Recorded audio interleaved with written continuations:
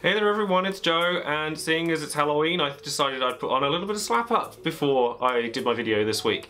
I hope you like it, and I actually do makeup for a living now, so if you guys want to check out my Instagram for that, and I'd really appreciate any support that you guys follow for that kind of thing, because it's actually very important to me, so any links that I leave down below for that, if you could follow it, that would be great. Anyways, moving on to the deck profile we have today, we're going for something a little different, and it's something I spoke about on my X-Burst vlog just moments ago.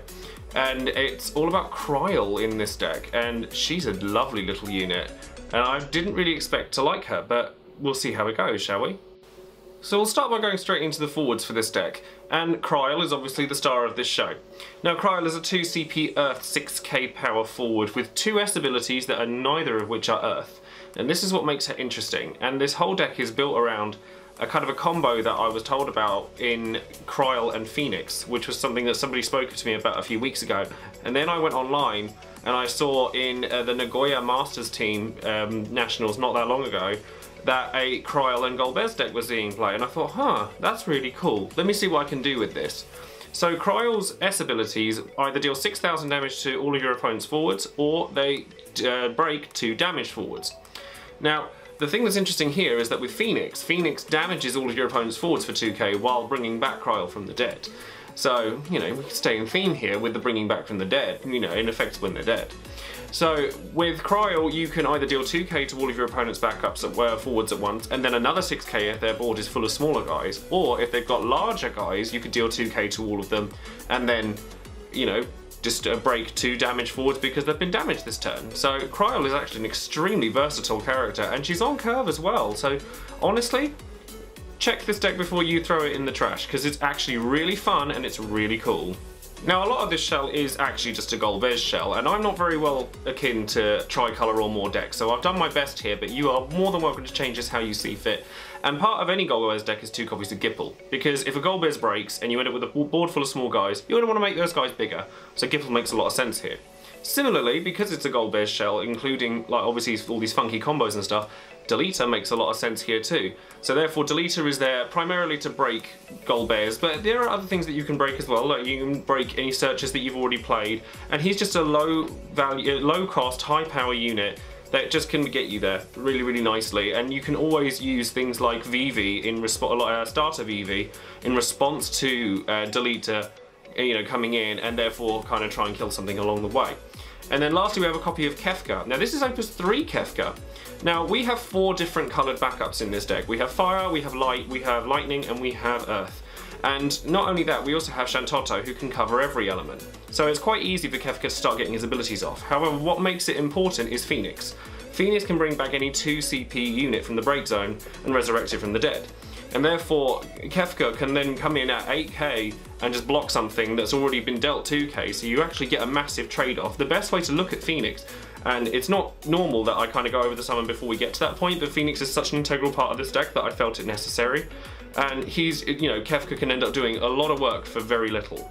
Moving into the fire forwards now, most of these are singular copies of what is essentially known as a toolbox deck, because what a toolbox refers to when it comes to decks like this is having lots of singularities where you can kind of have something consistent that you're able to pull them away from any given time, and Golbez can pull them out of the deck and Phoenix can pull them out of the break zone, so it actually works out very well. But we do have 2 copies of Legendary VV, mainly because of just the momentum swing it provides. I burn one of your guys off the board and keep my guy on the board. It just works out very well. Although, weirdly, this is the first deck where I actually have used Faraga from VV a couple of times, and to my benefit, and I never thought I would. So definitely worthwhile pick here. And then I've gone with 2 copies of Firion. Firion is just a good value unit. Firion can come in, burn something for 4k, which will activate half the things in this deck, so whether it be Krile or Phoenix or Onion Knight, there's lots of things that having the 4k damage can trigger, and he's just a strong unit for his cost. And then we're going into the one-offs. Now Common Cloud is mostly here as a Phoenix play. Cloud and Rigdia cover this, and I'll go over Cloud first and I'll tell you why. So Phoenix can burn everything for 2k and then bring a guy back from the dead. This is a summon, which means it can be played at any time. Say your opponent attacks you with something that's 9,000. You can use Phoenix in response, resurrect Cloud from the dead. Cloud then deals his 2,000 to that character, and then you can block with the Cloud and deal 5,000 to that character, which all adds up to 9. Now, so the best way, as I've said earlier, the best way to treat Phoenix is almost like a removal spell, and think of it like VV. VV is a momentum swing, therefore Phoenix can do very similar things. So I would think of him that way. And then we have Starter VV, which you can also use, which is just a usable card. It can be used as S fodder for VV, it can be used as something that comes in with Golbez that doesn't have an interplay effect that's negated, and he can be used with Phoenix to good effect as well, so he made a lot of sense for this deck. And then we have a copy of Tifa, because most people who play Golbez play some haste characters, and Tifa's a good fit here. And you also have Warrior of Light, because again, with Phoenix, you can block practically anything with a Warrior of Light. You know, but having one of all of these options makes it so that you can discard these cards and not worry about it to pay for something like Golbez or Shantotto or something like that, and then still be able to get to them later. So that's a really, really cool thing about this deck. And then in the Lightning Forwards, we have 3 Golbez, because Golbez is, well, Golbez. He does his thing, he comes in, he's big, he dies, he brings out lots of little people. Krile is a great option. There's so many kind of options for the things you can bring in here because of the toolbox nature of this deck. It's actually really cool. And then we've got 2 Rigdia, which we've gone with a bit of an Alcid combo here, but without Alcid, which is an interesting one. We've got 1 Alcid, but we don't need him necessarily. He's just there as kind of an extra removal piece.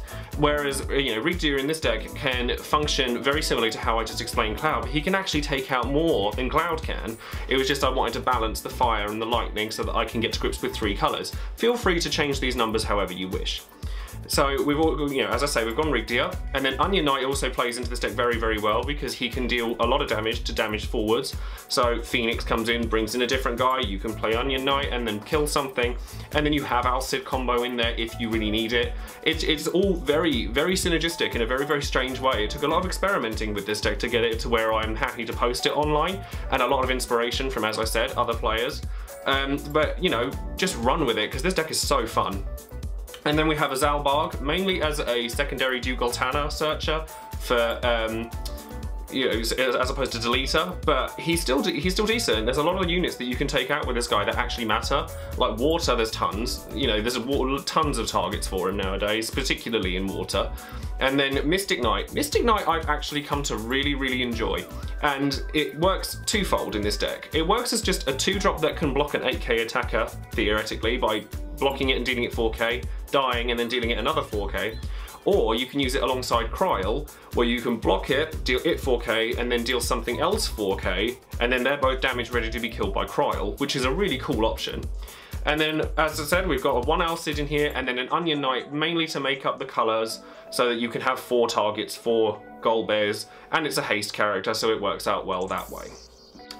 Going into the backups now, we've gone with 2 copies of Tama because Tama's just a really, really solid pick for anything that's kind of multicolored because it allows you to not have to worry about color cost when paying for things. But not only that, but being able to flash in or because you can use this at any time in the game during your opponent's turn. Flashing in a Deleter to kill your Golbez, flashing in a Shantotto is a play, flashing in a Krile is even a play, because the important thing to note with Krile is that she doesn't have to wait a turn to use her S ability because it doesn't dull her, so therefore she doesn't suffer from summoning sickness in that regard. So that's something worth noting as well. And because there's so many interplay do this effect, VV, Alcid, there's so many things that Tama can pull off in this deck that it just made a lot of sense to have her in here. And then 2 copies of Rigdia because you want Phoenix in your hand ASAP. You know, you want to be able to access your break zone at any point. And you also, this deck does have some trouble with Minwu, so not that many people play Minwu, and I've said this before, but it is still something that people need to bear in mind when building decks. So being able to search of Hecatonkai is very valuable. So there's actually 2 Rigdia in here because I think that being able to search summons is extremely important in this deck. We have 1 Shantotto. Now, I know a lot of people don't really like playing Shantotto when they play Golbez because you don't want to remove any of your cards from the game, but I like having at least one Shantotto in every deck because card games are luck based, or they have an element of luck to them. If you're on a back foot, play the damn Shantotto because you will be able to come back from it. Especially in this meta where people are so prone to just going, like throwing their hand out right now and just like playing guys and getting their board established as quickly as possible, a Shantotto will save you. So you may disagree with me on playing a Shantotto in this deck. I want to run one because I think that she's extremely invaluable. And then a Masked Woman. Again, it's more removal, so I just thought that, you know, being able to just remove your opponent's guys constantly in this deck is very, very similar to almost like what Mono Lightning does, but allows you to incorporate Golbez into the mix, which is really cool. And then with the fire ones, quite simple. 3 red mage, because red mage is damn good, and not making your opponent not be able to block you is a thing, and you just do that. And then I went with a single copy of Bard primarily as a secondary to Giffle, because obviously Giffle can be a kill condition in and of himself, and therefore if you have a Bard down, you can kind of make that push that little bit earlier, and I thought that it would be a really cool shout. And then going into the lightning backups, which we have a few more of, there's 2 sages, mostly to pull back Kriles and to be able to pull back anything you need at that given point. It fits the theme of the toolbox. And then a Dugoltana to search up Delita and Zalbarg. Now, one thing I did notice actually when watching some of the Japanese players playing this kind of deck is that they were using like triple Dugoltana and only 1 Delita.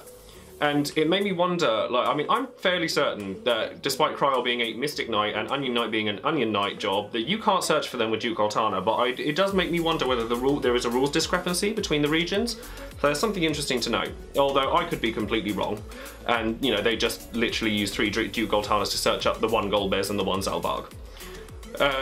And then we have a Black Mage, which is designed to just destroy damage forwards.